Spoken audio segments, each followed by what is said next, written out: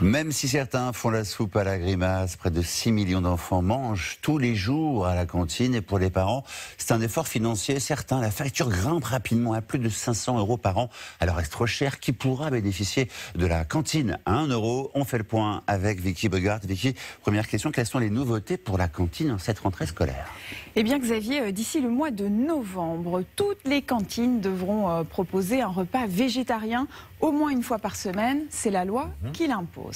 Les cantines poursuivent également leurs efforts dans le bio. Actuellement, la part de bio dans les assiettes des enfants est d'un peu plus de 6%. Mais d'ici 2022, elle devra atteindre 20%. Et la nouvelle loi prévoit également 50% de produits issus de l'agriculture durable, comme des produits locaux ou encore de saison.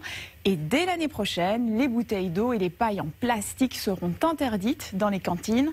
Enfin, pour faciliter la communication avec les parents, eh bien, des cantines proposent déjà des applications pour consulter les menus, payer les factures ou encore envoyer des questions. Il est même parfois possible de choisir son repas au collège. Alors ces exigences vont-elles faire grimper le prix des repas?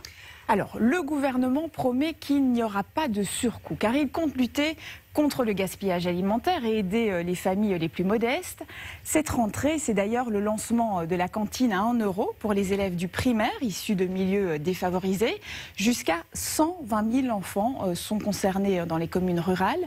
Le petit déjeuner gratuit est aussi proposé dans les écoles des zones prioritaires.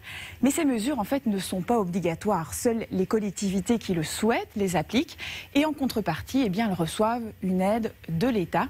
Ce sont d'ailleurs les communes qui fixent le prix des repas à l'école primaire. Il tourne autour de 3 € en moyenne, mais il y a d'importantes variations. Cela peut aller jusqu'à 7 € pour un repas. Alors la cantine, dans tout ça, encourage-t-elle les bonnes habitudes alimentaires pour nos enfants? Elle joue un rôle vraiment très important dans l'éducation alimentaire. Près d'un adolescent sur 5 est en surpoids dès la classe de 3e. Et les jeunes d'origine sociale modeste sont plus touchés que les autres. Or, ils sont moins nombreux à prendre un petit déjeuner et moins nombreux à rester à la cantine le midi pour un repas équilibré. Ils font également moins de sport. Hélas, merci beaucoup Vicky.